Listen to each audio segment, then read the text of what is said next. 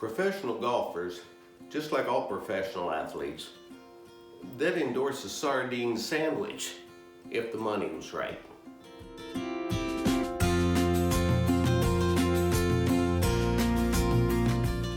The main source of income for any professional golfer is not from winning tournaments.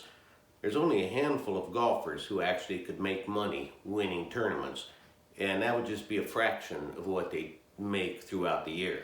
They make the bulk of the money through endorsement contracts, endorsing this brand's golf clubs, that brand's golf clubs, this golf ball, that golf ball, and that's what they play on tour. But don't fault them. That's how they make their money. If somebody wanted to pay me $2 or $3 million a year to play their golf clubs on tour, I'd be more than happy to do it, and so would you. Unfortunately, I'm not in that position. Nobody would pay me a dime. So you get your buddy, and you ask him, why do you play this brand of golf clubs all the time?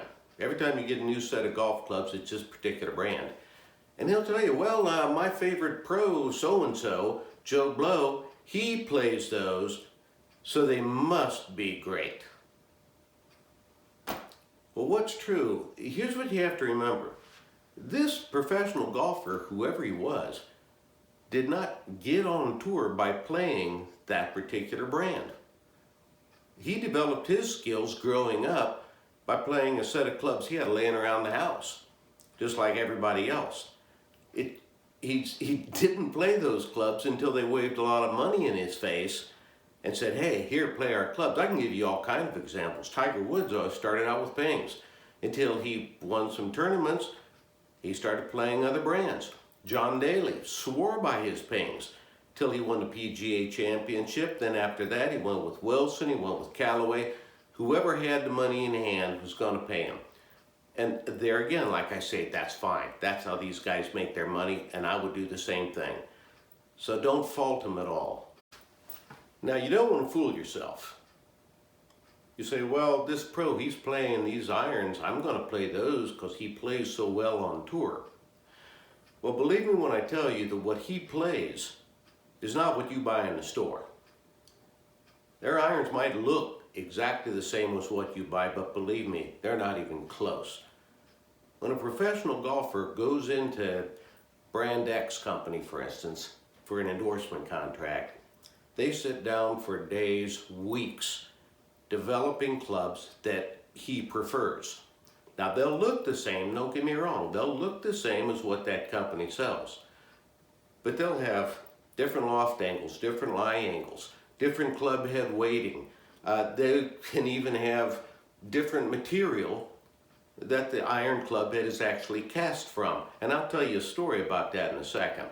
Shafting is going to be completely different. If you think that the shafts that come in your irons that you buy at the store are going to be the same that this professional golfer plays, think again. It's just not true. Let me tell you a couple stories, and you'll get a kick out of this. Golfsmith made components, biggest component company in the world for years. They decided, well, we're going to get in the regular, golf club business. So what they did, they went out and started buying different brands. Okay? One of the brands they bought was a major brand.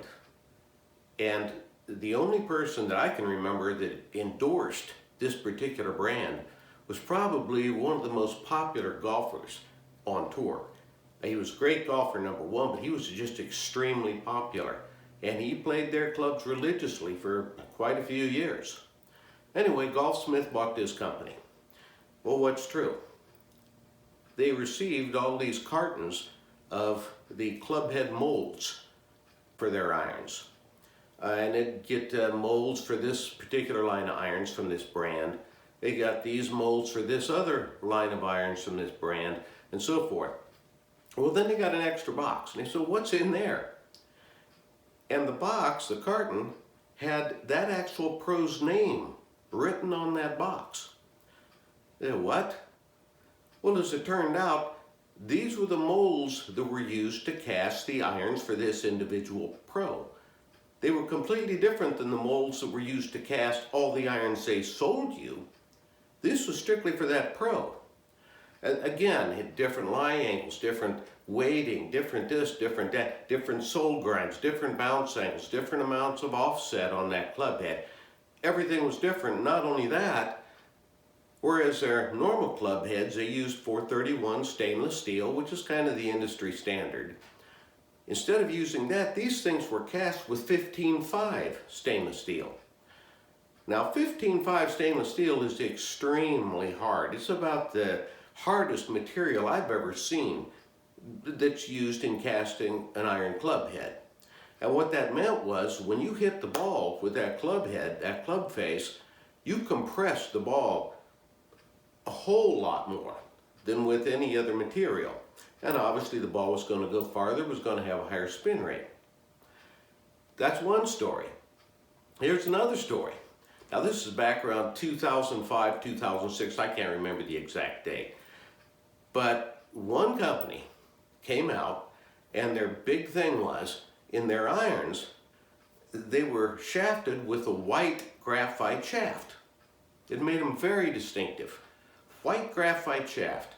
Well, obviously nobody was going to go for this, so they hired one professional golfer, again, well-known golfer, very good golfer too, to play these white graphite shafted irons, which he did.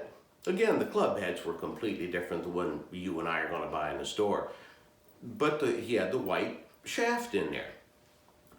Now, he'd played that on tour for a few months during the summer, and then it was discovered that in fact the shafts he had were steel shafts, and they were painted white to look like the graphite shafts that this brand was putting in their clubs.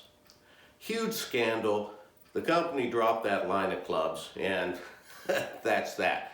But anyway, it's good for a laugh and just to give you an idea of what actually goes on. So anyway, at the end of the day, do not buy a brand of irons or a line of irons based upon this professional golfer's recommendation. Because to be honest with you, it's completely worthless. Completely.